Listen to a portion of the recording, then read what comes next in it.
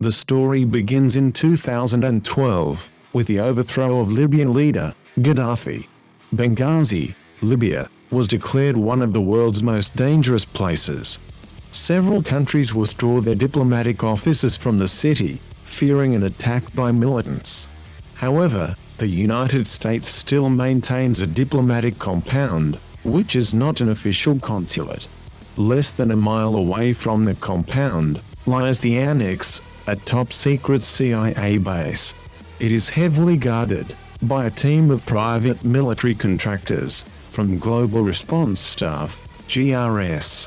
One of the newest members of this team is Jack Silva, a former U.S. Navy SEAL who arrives in Benghazi. Tyrone Woods, Silva's friend and the commander of the GRS team, picks him up from the airport. At the Annex, Silva meets the rest of the team, which comprises former U.S. Marines, Marcos Jace, John Tigtijan, and Dave Boone Benton, along with former U.S. Army Ranger, Cristanto Pironto. The team works closely with Bob, the CIA chief of station, who constantly reminds them not to engage with the local citizens.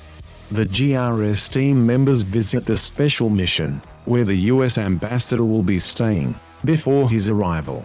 They assess the location, and caution DSS agents Scott Wickland and Dave Ubben about the inadequate security arrangements, and the possibility of an unforeseen attack, due to the unstable central government.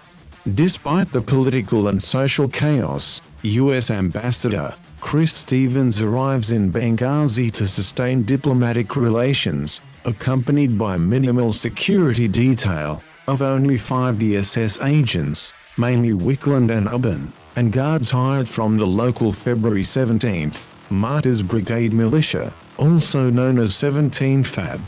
On the 11th anniversary of the 11 September attacks, Stevens observes some suspicious men taking photographs of the compound and alerts his security personnel. Meanwhile, Silva receives news that his wife is pregnant while at the Annex. At night, militants from Ansar al-Sharia launch a surprise attack on the compound, overpowering the 17 February guards and effortlessly gaining entry.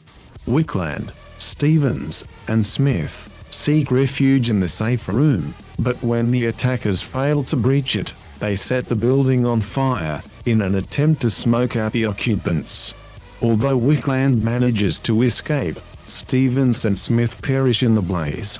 At the Annex, the GRS team urgently desires to assist, but is denied permission by the chief out of concern that their departure could expose the Annex.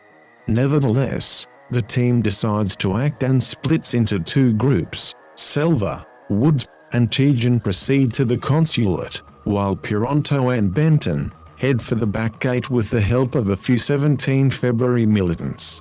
Silva and Woods scour the building for Stevens and Smith, but discover only Smith's corpse.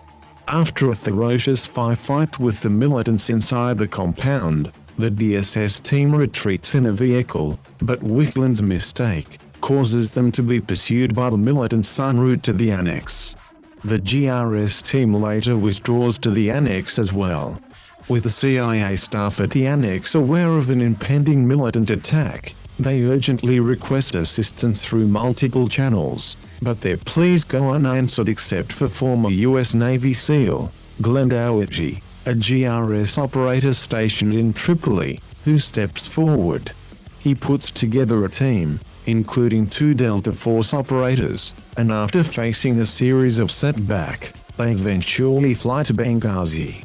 In the meantime, the GRS team valiantly defends the Annex perimeter against the militants' repeated attempts to breach it.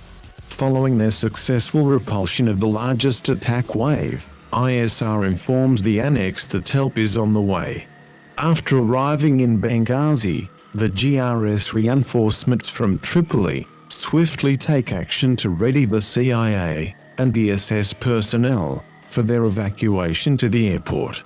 However, the militants launch a mortar assault, resulting in Ubben and Jace sustaining injuries, with Jace losing a portion of his left arm. In his attempt to help Jace, Woods falls victim to another mortar round and perishes. Tragically, Dougherty meets the same fate when a third mortar explodes right in front of him.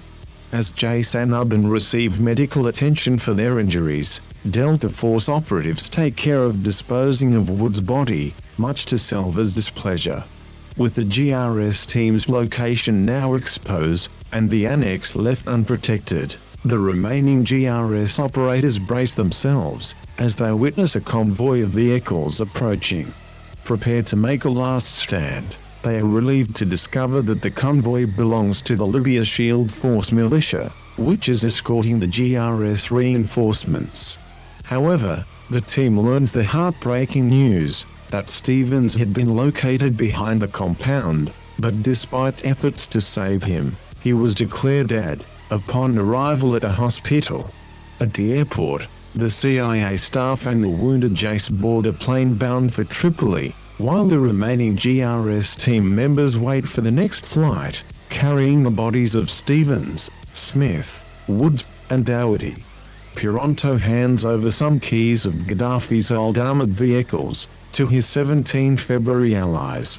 Meanwhile, Selva speaks with his wife and informs her that he is finally coming home, but he breaks down as he reveals that Woods did not survive and won't be returning home.